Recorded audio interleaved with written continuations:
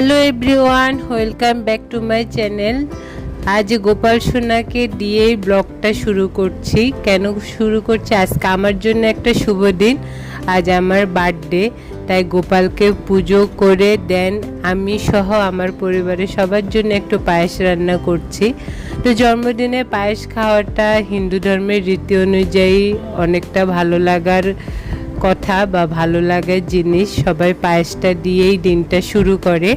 পছন্দের খাবার, পছন্দের ড্রেস। তো এটা আমার জন্মদিনের জন্য খুব সুন্দর একটা ড্রেস, খুব পছন্দ করে কিনেছি। খুব ভালো লাগছে ড্রেসটা, খুব সুন্দর একটা কালার। তো ড্রেসটা পরে পায়েস খেয়ে তারপর মাম্মামকে স্কুল থেকে আনতে যাব। তো এই দিনে সবাই অনেক কিছুই করে, আমি তেমন কিছু করিনি।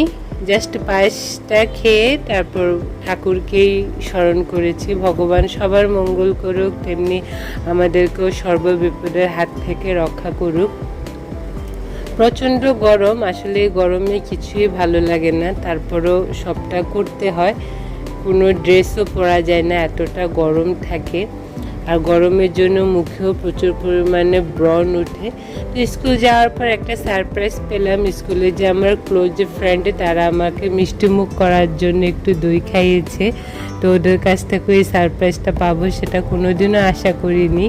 বাট ভালো মানুষের সাথে চললে আসলে অনেক কিছু শেখা যায়। ওরা সবাই খুব ভালো মনের মানুষ। এই যে ওই আমাকে পায়েস খাইয়েছে।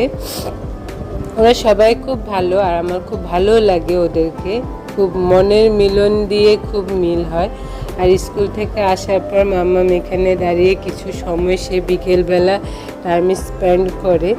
তো বাসায় এসে কিছু সময় কাটার পর আমার ঢাকা শহরের ফার্স্ট ফ্রেন্ড সার্কেলের মধ্যে সে একজন, যে আমার সাথে 2019 সাল থেকে তার সাথে আমার ভালো পরিচয়।